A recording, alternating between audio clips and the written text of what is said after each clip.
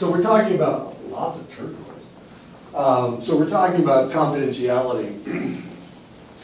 Confidentiality, well, let's not start with this one, let's start with the next one. Many organizations require administrative contracts which may include detailed descriptions of the nature and limits of confidentiality, depending on the organization.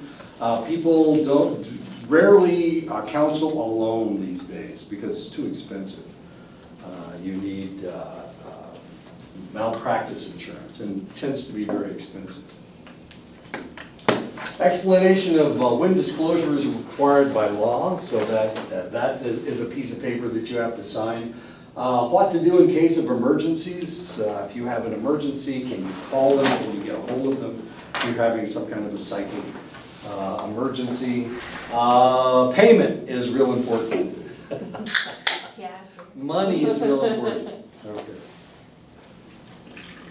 Confidentiality of records and email communications. How much of this is supposed to be confidential? Over the weekend, of course, there was a crisis in the government.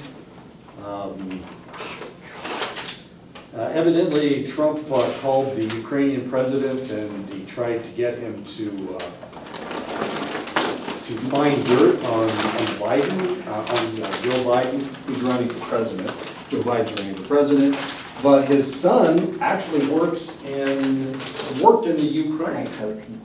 So this is all very important stuff, or kind of important stuff, because he said, I'll tell you what, I'll give you some military aid if you will find dirt on my political opponent. So it's looking really ugly. One of the individuals that he sent over there to find the dirt on his political opponent was Rudy Giuliani. And now Giuliani is trying to cover himself by saying, I have all of these emails that say that what I did was okay, because Giuliani has no status. He doesn't work for the State Department, he doesn't work for, he's not a national security advisor. He has no status except that he's the lawyer of the president. That's the only status he has, which is not official status, yet he's over there trying to get this information. So theoretically, he has emails to cover him. Why am I talking about this? Because we're talking about confidentiality of records and email communications. If you send me an email and say that you're about to kill somebody, I can't keep that confidential. Okay. So whatever you tell me in an email, as long as it's nothing self-destructive or destructive, then I can keep it confidential, or I will keep it confidential. Theoretically, all those communications between Giuliani and the State Department were supposed to be confidential, but he's already released them. Yes, sir. Where's the fine line between when you're like mandated to report something somebody said or what they might do, like I'm thinking about hurting myself, or I have a plan to hurt myself, or I'm going to hurt myself? Like, where's the line? The line is, if I think you're really going to hurt yourself and I don't do anything, then I'm liable. The other thing is, if I don't think you're going to hurt yourself and you do hurt yourself, and you told me that you were going to, and I didn't believe you, I'm still liable. Okay, so anytime you say something like, I'm going to off myself this weekend, then I have to disclose that information, just to protect myself. Donald Trump saying if he's removed, it's gonna start a civil war, or Has he something? said that now? Yeah, because He said that before. He says, I've got all the bikers behind me, all the police behind me, I've got the United States Marine Corps that loves me, you know, all of that stuff. So everybody's gonna pick up arms and create a civil war. And of course, the only people with guns are the people that back Donald Trump, at least that's what he thinks. Should be interesting. Is it gonna start a civil war if he's removed? I don't know, but he's like threatening now if he's removed. See, that's not presidential. is it? No, that's just throwing a tantrum. We were fighting a civil war. We were fighting a civil war. We were shooting each other. The war ended, and we made peace. There wasn't any combat going on, taking place. So despite the fact that we had captured their president, he didn't scream that we needed guerrilla warfare all over the United States. Here we have a president who's president and there isn't a civil war going on, and he's trying to create a civil war. This is not presidential. I don't think it's gonna happen anyway. We've been closer to civil war than we are today. Yeah. What's that? We have been closer to civil war in the last 50 years than we are today. Even despite the fact that people don't agree on a lot of things, when civil rights back during the Vietnam War, when civil rights was taking place. Oh, when people were taking up arms, actually taking up arms. We were, Black Panthers and whatnot, SNCC. Yeah, I thought we were a lot closer to civil war at that point, which is one of the reasons I never became an officer, because I was afraid that if I became an officer, I'd have to fight on the wrong side. So if I stayed enlisted, I could be on the right side. No, that sounds stupid. doesn't it? Well, it made sense at the time. Rights of the client to review records. The client can see their records anytime they want. Telephone and emergency procedures, cancellation policy, information about the practitioner's qualifications, training, education, and licensure. And I have to tell them, I have to tell them the truth. I can't brag, I can't give them information that's not true. I have to tell them who I am and what my practice entails, what my qualifications are. So, like, with self-harm or saying that you might cause harm to somebody else, how far does that extend to animals? Because, you know, like when somebody does something to animals and then, do you have to intervene because that might lead to something even more? No? Okay. No, but it's still against the law. It's animal cruelty. So you have to report them No, anyway? no. You don't? No, not unless it's a human. Nobody cares if I burn my dog alive. Nobody cares. Well, they do care. I can be arrested for it, but if you know that I'm going to burn my dog, then we're not gonna send cops over there to keep me from So you setting won't call fire. cops on me if I say I'm gonna kill my sheep? No, Butchers? no. I don't. How many sheep do you have? What kind of a massacre are we talking about? I don't want to be around when you cook them though, okay? Other information that clients need, they need to know about the payments, how they're supposed to pay, how much it's going to cost. Usually, as far as counseling is concerned, you pay whatever, $100 an hour. And if you go over by 4 or 5 minutes, it's another $100. I know. If you go into the second hour, you have to pay for that whole hour. That's the way it works. And you have to tell them that. You know.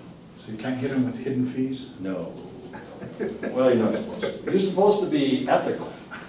How will we handle emergencies? If you have an emergency, if you're feeling like, if you're feeling extremely depressed one night, can you call me on the telephone?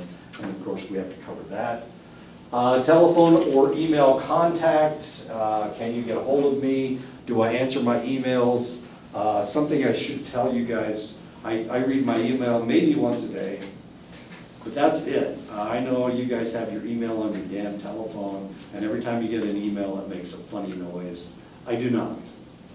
Okay, so if you email me, I'll probably get to you by Next semester. in 24 hours. Hopefully it's sooner than that. Dr. Wolf did say, like, make sure you message him because he'll message any time of the day. And I'm like, really? So I messaged you during the summer, or emailed you at 10 or like 7. You emailed me back almost around midnight, and I'm like, Who reads this You- stuff at midnight? you emailed me back, and I'm like, he's still up? I'm like, okay. I was expecting an email back, like, Not only that, but I was in Iowa, that's an hour earlier, or an hour later. Anyway, it was 1 o'clock. If it was midnight here, it was 1 o'clock there. how were you up that late? I don't know. Probably fighting with my wife or something. Watching television. A good movie was on television. What the hell was I reading my emails at 1 o'clock in the morning? Gee, Christmas, that's crazy. I hardly ever read my emails. Sometimes I'll go for a whole week without reading my emails. It isn't? I don't think so. You get back to people pretty quick. Yeah, in the summertime, I'll forget. Or I know that going to get an email I don't want to read. Then you just avoid it You know, altogether. exactly. I'm not looking at my emails at all. I can do that. Sometimes my phone doesn't ring. I don't think. Let me see if I. Okay. Yeah. I don't get messages on my telephone. I think you can set it up to where you could. Oh. well, There's an app you download, Outlook, I don't know. and then you can get sync it with your Connect College Yeah. email, and you can get your. But I don't want to do that. Me neither. Why would I want that information? Just- Half the time, it's the president telling me that, Food sale. yeah, or geez, I need to donate to the David Chase ceremony this weekend or whatever. I need to put the float together or something. We're looking for volunteers. Those are all from me, I'm sorry. I ain't gonna do it. I got too much to do. I graded stuff this weekend. I almost said sure. I graded stuff all weekend. I mean, literally all weekend. The I only- know, I saw you got all my. I got all your stuff done, and now you can't harass me anymore. But, yeah, and the last one of yours that I did was like at midnight last night. I know, my bad. It's your fault that I didn't get any sleep last night. What was my point? This is killing me.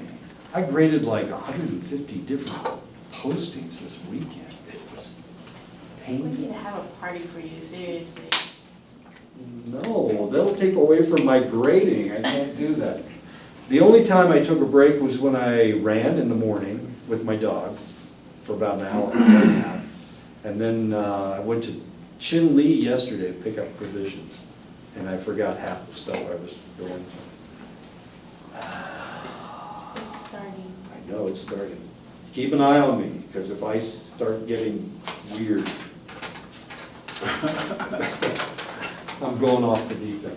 Okay, so how contact between sessions will be handled, cancellation policies and length of meetings. The closing of a session is just as important as the opening minutes. The practitioner may want to discuss the possibility of future meetings, what has been covered in the session, request feedback. That's the kind of stuff you say at the end of a meeting. So the beginning of the meeting is very important, and the ending of the meeting is very important. Everything in between is also very important. But these are the times that people remember, the beginning and the end. Ask the client what has been helpful, support the client's courage, talk about how resilient they are. If you can convince them that they are resilient, then they will act resilient, potentially. Keep in mind that different cultures have different expectations, so that's one of the things that we're going to talk about. Closing statements that you could potentially use. How would you like to end today? We have 10 minutes left today. How would you like to end? This seems like a good place to stop today. We've talked about some important things today. Although we need to end for now, it seems like it might be helpful to continue our discussion next time. We have 15 minutes left. Do you have any closing thoughts about our meeting today? Let's talk about what we have accomplished today. We're not done yet. What did you find most helpful in our work today? I would recommend that we meet weekly for the next 4 weeks and then evaluate our progress. Does that plan sound okay to you? We are about out of time and have covered most of the points on our agenda. I think this is a good point to end. Shall we meet again next week at the same time? Yada, yada, yada, yada, yada. So you need to end on a high note as much as possible. Yes, sir? Why are the segments broken down like to an hour? Has anybody ever done any research on what would be a good time for like an opening session and then follow-on sessions with like That's an 30 interesting minutes or an point. hour and a half? Like, An hour, I don't know, we're Westerners and we break everything down into segments. is it more for billing? Yeah. Yeah. Well, we'll look at our classes. These classes are an hour and 20 minutes. Some classes are 50 minutes. My son teaches in high school and his classes are 50 minutes long. We just segment things so that we know when to start and when to stop, I guess. But that's the way Western Man is. They don't, I know, we try to build everything in squares and, everything is dictated by time. So that's just the way Western people are, I guess. And this book, of course, is out of Indiana, so, Indiana University. So it's right there in the middle of the country where everything's square. Nothing's round except for Indianapolis. Indianapolis is built on a circle. And it radiates, it's like Washington DC. But that's the only thing that's round in the whole damn state. Everything else is square. Bunch of square people, square heads. That's what us Hoosiers are. Okay, that's what Hoosier means, it means square. I'm kidding, I'm teasing myself here. And you guys have no idea because. Did you hear that the VA is altering their confidentiality Really? agreement with veterans? What does it say? You have till tomorrow to opt out. I just found out about it on TV this morning, and I guess supposedly they sent out letters, and you have till tomorrow to opt out of it. They're going to allow your medical information to be released to third parties and other outside providers without your permission. They're just going to be able to, people will be able to access it. Other clinics that work with the VA, partner with the VA, so anybody will potentially have. How about insurance companies? I don't know about insurance companies, but That would be a ripple. I think a lot of people were upset that they're, because I guess a lot of people didn't understand what all it entailed, and it was such a short time that they gave veterans to opt out of it. And I guess tomorrow's the deadline. I just found out about it on TV today, so I might have to run out to Albuquerque. The way Facebook makes money, it sells your information to other organizations. When you go into Bash's, wait a minute, you've got that little card, and you get a discount if you use that little, that's the wrong. You get a discount if you have that card. Well, what's happening is, if you have this card, and you get a discount for select things, then they take that information, they sell it to people. Huh. I know, this is good stuff. So that, and according to them, they are doing this so that they know how to stock their shelves. But the reality is that they sell this information to anybody that wants that information. So potentially your insurance company can get that information if they want it. That's the problem, because if your insurance company gets the information about your medical history from the VA, now they can say, well, we're not gonna give you insurance, because look, in 2012, you were diagnosed with PTSD. Wait a minute, nobody's supposed to know that information, whoops, until tomorrow. So that's one of the reasons why they're gonna sell that information, is what's gonna happen. Oh. Damn, what's wrong with this president? I mean, this is money. This is a lot of money. And that's one of the reasons why when you're on Facebook, you get all those really strange advertisements on the side. Facebook listens too. Listens to what you're saying? It's a theory because people actually saw it. I saw it one time too, so. I never believed that. I thought that was like tinfoil hat kind of theory. So Right. one time I was having remember I was like, what's the class? I was having a conversation with Dr. Lerma about going to Hawaii, sending some students to go support that Maya chemo protest. Uh-huh. We were just having a conversation, and then we got done. We were talking about an hour and a half about it. And then we got done talking, and then I went and checked my Facebook a little later, like about 5 minutes later, I turned it on and looked at it, and there was all these ads for flights to Hawaii. And I was like, what the heck, that's creepy. Wow. Wow, okay. Yeah, so they sell your information. So now the federal government's gonna sell the information to all these advertisers. You like that? No. And the insurance companies. Because remember, the Democratic plan is to have universal health care. And we're going to do away with the well, we're not really going to do away with the insurance companies. They're still going to be there, but they're not going to be as prevalent as they are today. But if we, oh, Jiminy Christmas, what a mess that's going to be. So if we sell this information to the insurance companies, they can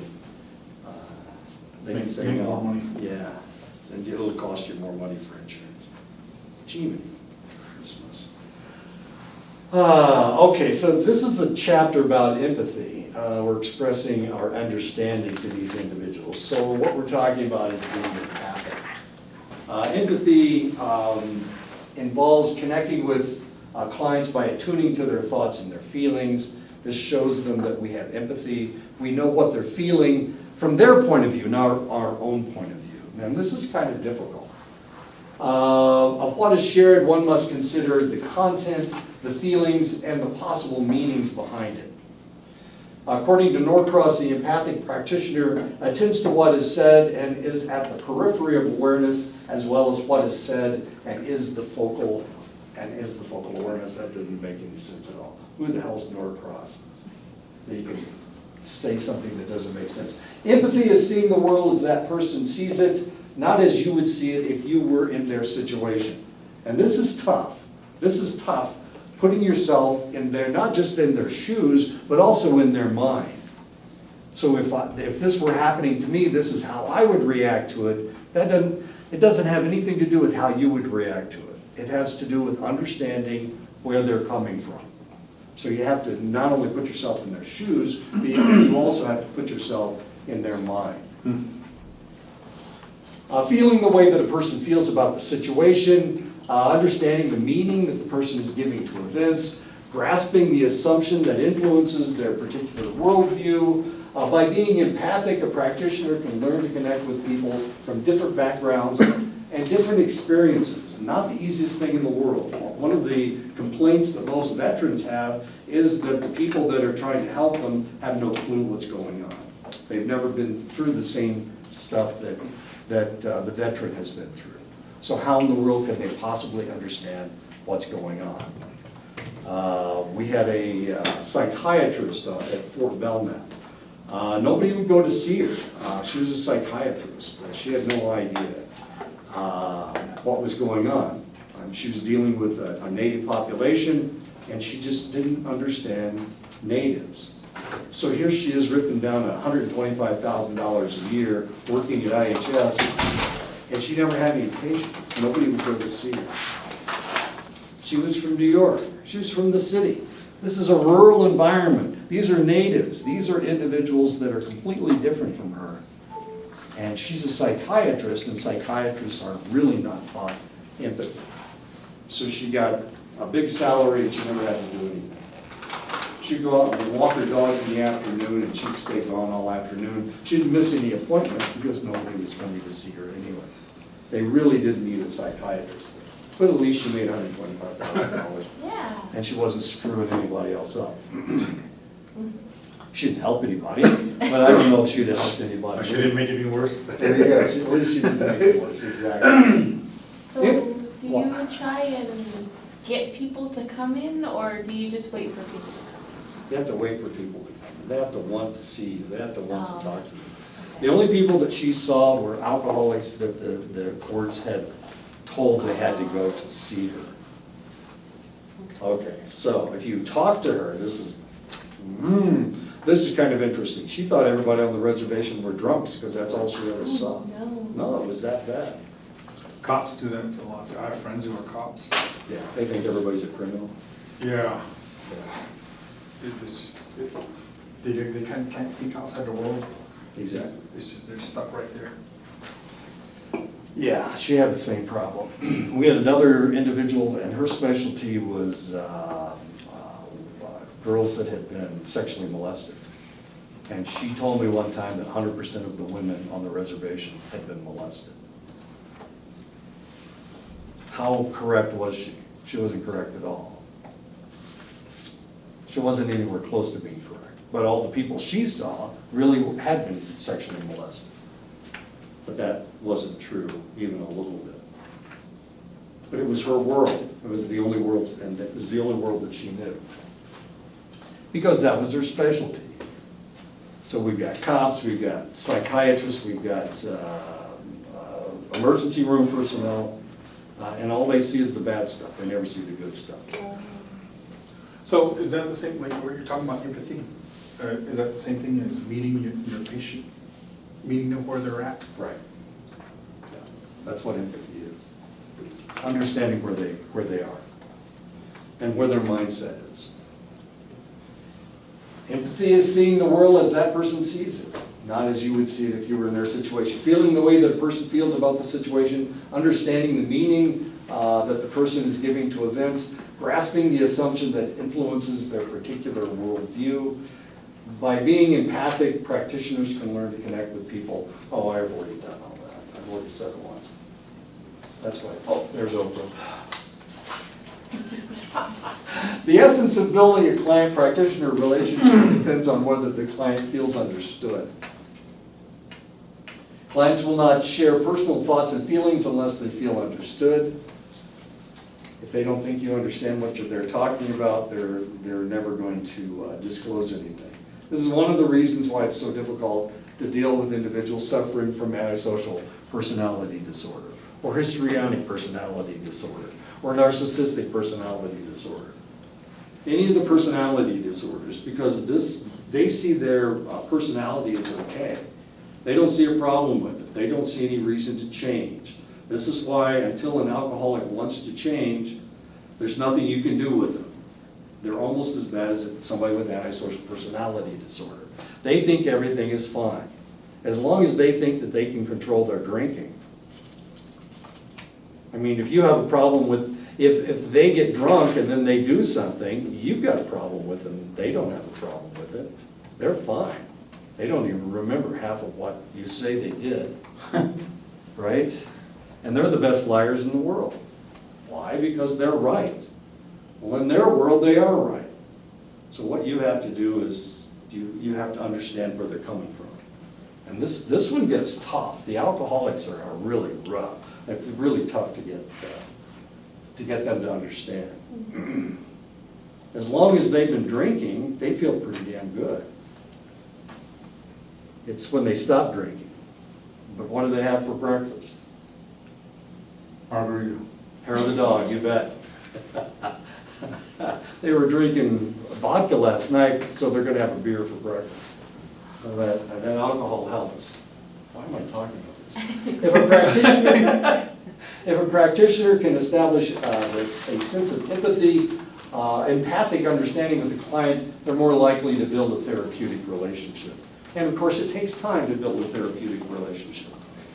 The first time they come in, if you're empathic, if you're listening to them, then maybe next time they will start disclosing what they need to disclose. But they have to feel like they need to. This is one of the reasons why sending an alcoholic to treatment rarely works. It rarely works. I had a friend that went to treatment 48 times. 48 times. And it didn't fix him any of those 48 times. He had to go up on the mountain and fast for 3 days. And then he figured out what the hell was going on. And he was the police chief. That's why they were sending him so many times. So anytime you sent somebody else to treatment, he'd go with them. But it didn't work because he didn't want to be fixed. He didn't want to change. And he was the same person. He'd been married 5 times. He had 9 kids with I have a relative. 7 different women. We're going to go into the rest of it. I have a relative like that. He got court ordered into treatment, and he's been there over a year. And went to go see him recently, and his attitude is still the same. Exactly. I was like, what? And he's just kind of counting down days. He views it more like being on house arrest. There you go. And he just can't wait to come back and pick up where he left off. I'm like, man, you just wasted like the last 9 months. Could have been working on yourself. And what does he talk about when you talk to him? He talks about all the fun he had when he was drinking. That's all he ever talks about. My dad's like that. He doesn't like to be told if he's wrong. Most people do, though. Yeah, he doesn't like counseling. And then here, what I'm going into, he kind of, well, he doesn't What a say he waste of hates time. it. Yeah, he's like, oh, you're gonna help people, but when I like kind of try to help him, oh, there's nothing wrong with me. We have to go to an AA meeting and Flagstaff because there's none There's around nothing here. wrong with it. Yeah, and he goes, I don't know why I have to go to this. I'm like, Dad, you're drinking and driving. You did something bad, you gotta go. But after that, he's okay now because he really liked the counselor. And he goes, he actually was making What does he good like money. about the counselor? Why does he like this counselor? I don't know, it's just. Is it a guy or a? It was a guy. It's a guy. Yeah. Ask him. What it is about this guy that he likes? He kept bringing me up what I might notice, because he goes, oh yeah, he's still working on his master's. He barely got his bachelor's degree, and he's just doing this just to help people. And he goes, it's kind of like what you're doing. And here I'm like, why do you keep bringing me up for? Because I had to pick him up, and I don't know. That's interesting. Yeah. It'd be interesting to find out what it is about this guy that he likes so much. Why it worked this time, but it hasn't worked in the past. This is the first time he actually. Oh, it's the first time he's It's ever the been first to a time ever, counselor. but he doesn't like counselors or anything. Counselors are like paid friends. What a deal that is. Except they don't lie to you like your friends do. Your friends stay your friends because they agree with you about everything that you say, or maybe you guys do the same thing. Okay. Yeah. But this is a paid friend, it tells you when you're wrong. Expressing empathy means communicating and understanding of another person's experiences, their behavior, their viewpoint, their meanings, and their feelings. Empathy involves restating in your own words your understanding of what the client is expressing.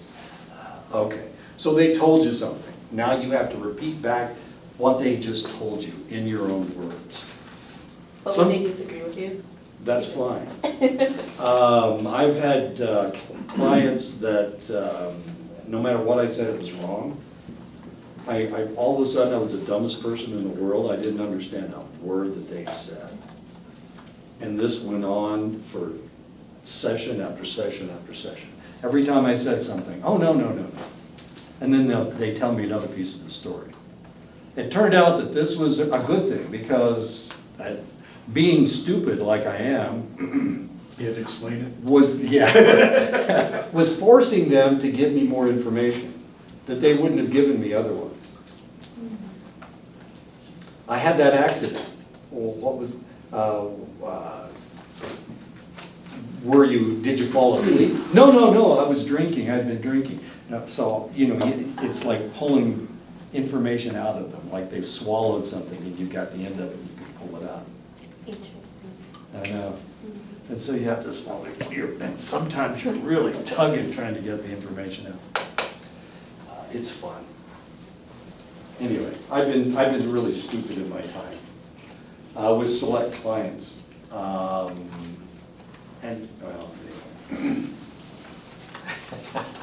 See, this is the kind of stuff you guys need to watch for. If I can't think of what I was thinking about before, it means that I'm still thinking about grading your damn discussions. Sorry. So it's Earlson's fault, obviously. When a practitioner uses empathic understanding because the client feels understood, they're more likely to be open and trusting, to share more of their thoughts and feelings, to help clients who are having trouble expressing themselves. So if you use empathic understanding, then you're more likely to be able to get information from your clients. The client I was just talking about, that's the technique that we had to use.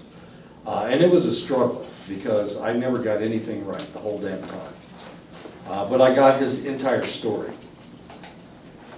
eventually. And no matter what I said, if I said, did you feel unhappy about that? No, I felt happy about it. Oh, geez, I missed it again. It was just really painful to deal with this guy. But eventually we got the whole story up. Because he wanted to tell his story, but he had to force it out of him by saying the wrong thing. And no matter what you said, it was always the wrong thing. Kind of like your dad and a counselor. He hates counselors. Yeah. Yeah, and that's logical. When a practitioner uses empathic understanding, they're validating the client's experience. It shows the client that the practitioner accepts and understands the client's experiences and concerns. So let's just imagine for a moment that we're dealing with a pedophile, a child molester. How in the world are you ever going to talk to this person? This is as alien, he does such alien things. This is something that is totally against everybody's, this is a taboo everybody has, a child molestation. So how in the world do you get that information out? You've got to show them that you understand that, where this experience came from. It may work to tell them that at some point in their life, something happened incorrectly. They were sexualized at age 3. And because of that, they find 3-year-olds sexually attractive. So you have to take them all the way back to when they were a child. And when they developed this desire for molesting children. So as they grew older, because they were sexualized at age 3, when they were teenagers, of course, they evolved this sexual desire of 3-year-olds, because that's when they were sexualized. I know, okay. So you have to show them that you understand their experience. You have to show them that the experience, it's the experience that was abnormal, not them. Nobody wants to think of themselves as crazy or different. And as far as they're concerned, they can't get rid of this. This is in there. So you have to show them that that's the way it works. This is especially important if the client has been told that their point of view is incorrect due to an abusive relationship. Everybody says it's incorrect. Everybody says it's incorrect to want to have sex with a child. Where in the world did this come from? Well, you have to show them that yes, it is incorrect, but at the same time, there's a reason for it. And that's what you need to get to, what the reason is. This is about the toughest thing that you can do. Most people don't remember these incidences. If they were 3 years old when they were first sexualized, they don't remember what happened to them when they were 3. So you have to show them, you have to take them back and show them that it is the experience that is incorrect, not themselves. Students often feel awkward or uncomfortable trying to express empathic understanding. Most societal norms don't allow people to talk about their feelings. Nodding and saying, is less personal, and that's okay. So that's what you need to do. That's about the saddest picture I've ever put up. I know, look at it. Watch it collapse. Did you see that? Her shoulders just drooped. It is tragic. No high five, no high five. And there go her shoulders. Okay. That's tragic. When reflecting content, practitioners restate their understanding of what the client has said. This reflection of the client's reality indicates to the client that the practitioner is trying to understand. And this is when you say things like, are you saying that? What I hear you saying is, as I understand it, it sounds like, and this is when I was getting everything wrong. And that's okay. I was using these types of phrases. And then they were telling me how wrong I was, which was the best part of their day. Me being wrong was the best part of their day. And because I was wrong and because I was stupid, it allowed them to tell their entire story. Otherwise, they wouldn't have told their story. I had to be dumb in order for them to tell their story. Made me feel pretty bad, but at least we got their story out. It took probably 5 sessions to get the entire story. And by the end of it, they felt really pretty good because they'd never told their story before. Nobody had ever heard, or nobody had heard this type of a story. It was too painful to tell. So by me saying the wrong thing, it allowed them to actually explain their story. and the narrative just got more and more in depth. If they had started telling their story before, they were talking to somebody they didn't want to talk to, somebody that wasn't a friend of theirs, they just stopped, and it would be all over with. But because I was so stupid, they were able to get their story out. Now, I'm not telling you to be stupid. I'm telling you to go ahead and accept whatever the client has to say. Your ego may not allow you to do this, to be wrong every damn time you open your mouth. Or your patience might run out, like. Your patience, yeah, that was my biggest problem. I was getting impatient with what was going on. We weren't getting the story rapidly enough. It wasn't coming out. If this person really wanted to fix themselves, the story could have come out a lot faster, but they didn't want to. And the only way that they were going to tell their story was by correcting me. I didn't mean to be incorrect every time. I tried to be correct from time to time, but no matter what I said, it was incorrect. Practitioners must show that they are attuned to a client's emotional experiences, and they can do this by reflecting feelings. So you need to talk about feelings. The more feelings you talk about, the more feelings they'll disclose. Besides what the client is saying, the client's feelings can be discerned from their body language, their tone of voice, and their facial expressions. Remember, we're Westerners, we're not Japanese. Japanese read people's eyes, we are Westerners, we read people's mouths. So when we look somebody in the eye, we're actually watching their entire facial expression. We're looking to see what their mouth is doing. This is why it's so difficult to talk to the Japanese. The Japanese told us that they were going to bomb Pearl Harbor, that they were going to attack us. We didn't recognize it because we were listening to what they said. We heard the words that they said and assumed that the words that they were using were the words that they meant. This happens with GIs in Japan, if you're stationed in Japan. It's one of the reasons why we have so much trouble with the Japanese. Because they'll agree with just about everything. They almost always say yes. So GIs think that when they say yes, they really mean yes. But the Japanese know that if you can say yes and really mean no. And so they're trying to read your facial expressions. They're trying to read your meaning. The Japanese do. Those are like cultural. Yeah, it's cultural. It's rude for them to say no. So they always say yes. They do the same thing in Iraq. If you have something, and if somebody compliments it, like, oh, that's a nice necklace, then you have to offer it to them. And then they have to Then they can say decline no. it. And then you have to offer it to them again. If this goes back for 3 times, on the 3rd time, it's going to be, if they say, they can accept it, yes, I really want it, or no. Then so after the 3rd time they decline it, then you can or stop offering it to them. It was kind of interesting to when somebody would say something nice about your $100 sunglasses you just bought. I'd be afraid to be like. See, up north it's the same way. Up north, the honored individual is the generous person. So if somebody says, I really like your tie, then you're supposed to offer them your tie. And they're supposed to accept it because it's rude not to accept it.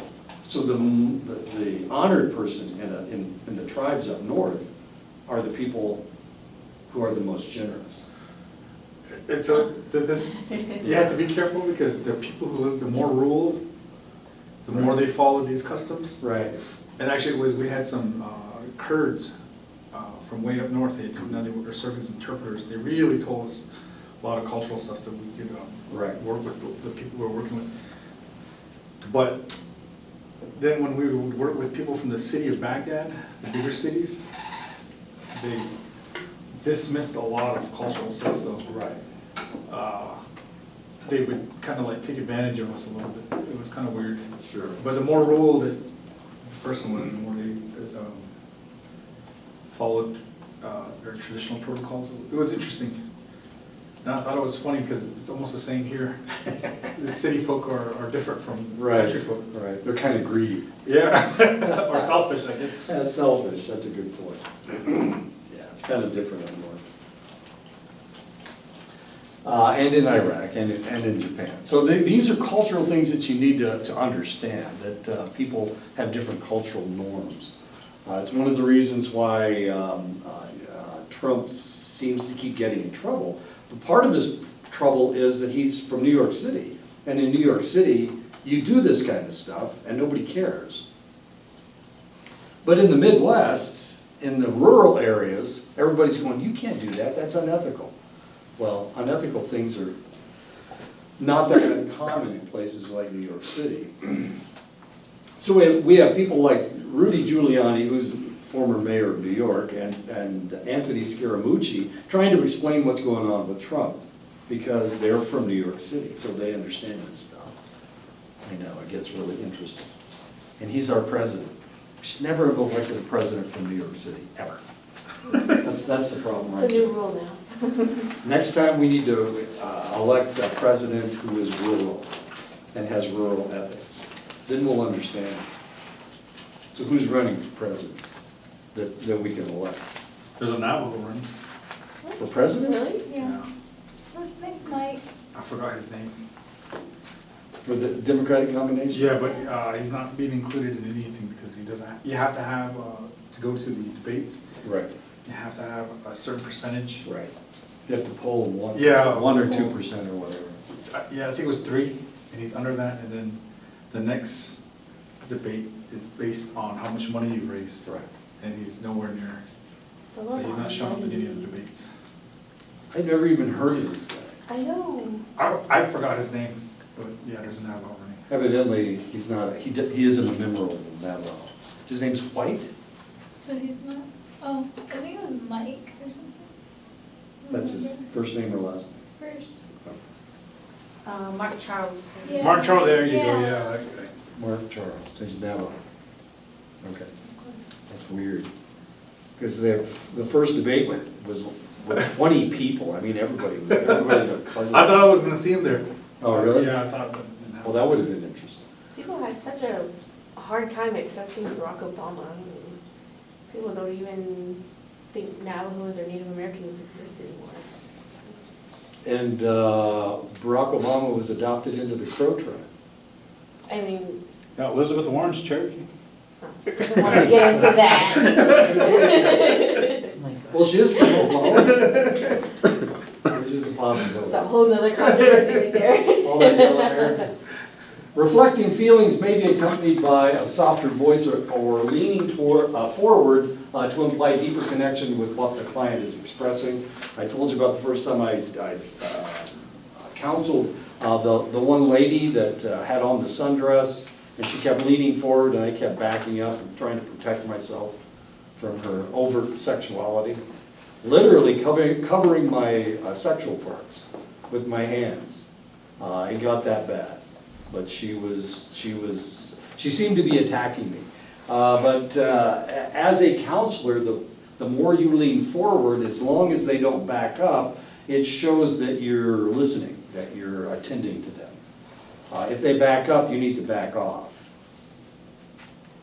But as long as they're staying in a neutral position or leaning forward as well, then you know that the communication is taking place. More firmness if the client is expressing negative emotions like anger, disgust, or dismay. The best thing that you can do for them, with them, is to be firm because they're expressing negative emotions. A lot of individuals will express negative emotions to keep you at arm's length. They're using their emotions to control you, and you can't allow that to happen. So you have to be firm. To show them that they're not in charge and they're not going to change your behavior. Getting the client's feelings wrong is all right. As I told you with the one client, it actually made him disclose his story a little bit more rapidly. As long as you share your hunches in a tentative voice, clients will probably feel comfortable correcting you. And of course, this guy, that's what he wanted to do. He wanted to correct me. He wanted to show me how stupid I was. He hated counselors. We were all dumb as dirt, he said. So every time he said something to me, I was wrong, no matter what I said. Whether I said it the exact same thing that he said. Some feelings are not as acceptable in select cultures as in others. In some cultures, Earlson and I were just talking about this. When you take ecstasy, of course, it dampens your emotions, especially your happy emotions. So a lot of people a lot of Europeans from the 80s and 90s, when they were dropping a lot of ecstasy, MDMA, a lot of those individuals don't have happy emotions, and you can't get them to smile. Other individuals that grew up in the 60s and 70s, they were adolescents. In the 60s and 70s, they drink a lot of beer, and these people show a lot of happy emotions. In the 70s, this was the 80s, I was in Germany, and my car went off into the snow. And a van load of German factory workers stopped to help me get it out. And what they did, they picked up my car and pulled it out. But they bounced it out. They kind of picked it up and dropped it, and then they kept pushing it out. And so they kind of bounced it out of that snowdrift. It wasn't a very heavy car anyway. I mean, it was a German car. But I thought that was, and they laughed the whole time. And I offered them a beer to follow them and give them a beer, and they said, well, we've already had enough already. That whole case of beer in the back of their van. And this was on a Tuesday night, so you know they were going to be working all the rest of the week. Anyway, so some cultures are different. Important to understand what culture you're dealing with, like in Iraq. Potentially, if you get the emotion wrong, then it could cause a firefight of one kind or another if you get things wrong. Same thing in Vietnam. One of the things that we noticed with the Vietnamese, they're kind of like the Japanese. They agree to everything that you say. It doesn't mean that they're going to actually do it. So you had to be very, very careful. If you got them to agree not to allow the Viet Cong into their village, that didn't mean that they weren't going to let the Viet Cong in their village. It may have meant that they weren't going to let them in tonight or tomorrow afternoon or whatever. So you had to understand the group that you were talking about. Reflecting feelings, the client says, I haven't heard from any of them. If they are busy, they could at least email me. And a feeling that you might reflect is, it sounds like you feel sad about that, about the fact that they haven't emailed you. The client sounding angry and speaking with a tight jaw. I feel like we just aren't getting anywhere. And you might reflect back by saying, you seem to be feeling impatient with me and our progress. Feel that we aren't getting anywhere. Client on a team, some of the people on this team just aren't carrying their weight. And you might say something like, I'm guessing you are feeling kind of frustrated. It doesn't have to be brilliant, and usually it's not going to be, because you're just trying to reflect feelings. Client family member looking scared. When they start fighting and yelling, I just run up to my room, and you may see something like, I wonder if you feel kind of scared. Well, obviously that's what he just said. Runs up to his room. Client says, yesterday out of the blue, I was one of the people they laid off. I am not sure what I am going to do. And you might reflect back, wow, what shocking news. You look like you are feeling quite worried and upset. So you're reflecting back feelings. So you upset. So you feel upset. Okay. In common conversation, many people believe that they are reflecting feelings, but are actually expressing thoughts, opinions, or judgments.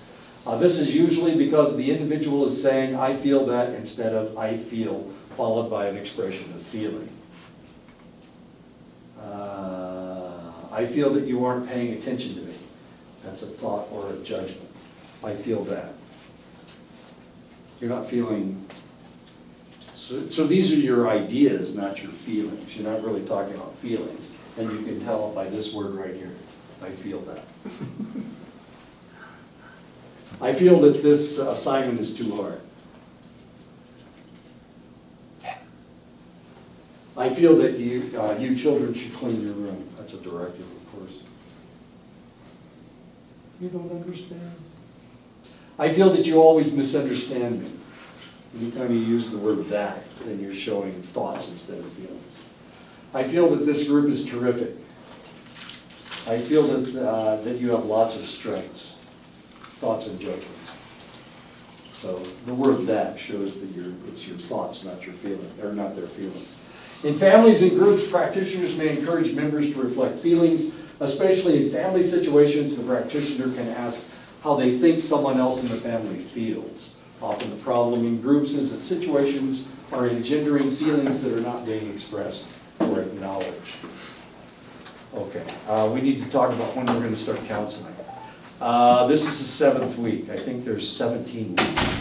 Are there 17 weeks? I think it's 17. Yeah. Oh, God, that's like forever. Yeah. This semester's never going to end. It's like the never-ending story. So this is the 7th week. We should probably start counseling the end of October. How's that? Around, okay, Halloween. So you've got the rest of the month to get me your character. Okay. And Scott asked for a biography. Does anybody else need a biography? You need a biography? I'll email it to you. You need another copy? Okay. I'll email you a copy of it. So what will happen is you will either email it back to me or make a paper copy and fill it out, and then I will I'll make an electronic copy of it, and I'll make a paper copy of it. Okay, so that when you counsel, you'll be able to write notes. Okay. Okay. But you need a character. Okay. All right. And it can't be one of those fictional characters like I turn into the Incredible Hulk when I get angry. Well, why? Why not? Okay. So everybody needs a character. Does everybody know what you're gonna do? You have an idea? Do you have an idea? No? Yes? No? Nod your head, yes. Can Kind you, of, yeah. can you give us a hint? Well, we talked about multiple personalities. Multiple personality disorder? Yeah, DID. Yeah, you too? Yeah. Okay, two DIDs, should be interesting. You have mine. I already have yours. Yeah. I do? Mm-hmm. Okay. I listed all my medications on there. Oh, that's right. Okay, right. Any idea? Oh, come on. Maybe, I don't know. No? No idea yet? I think. Nothing yet? No. But you're going to have a problem? Yes. Okay. If your character does have a problem, then you can't. Okay. You have an idea? Thinking about it, What? maybe alongside of an anxiety disorder. but- Okay. Anxiety is a good one. That's the #1 problem in the United States is people with anxiety problems. Sure, anxiety problems.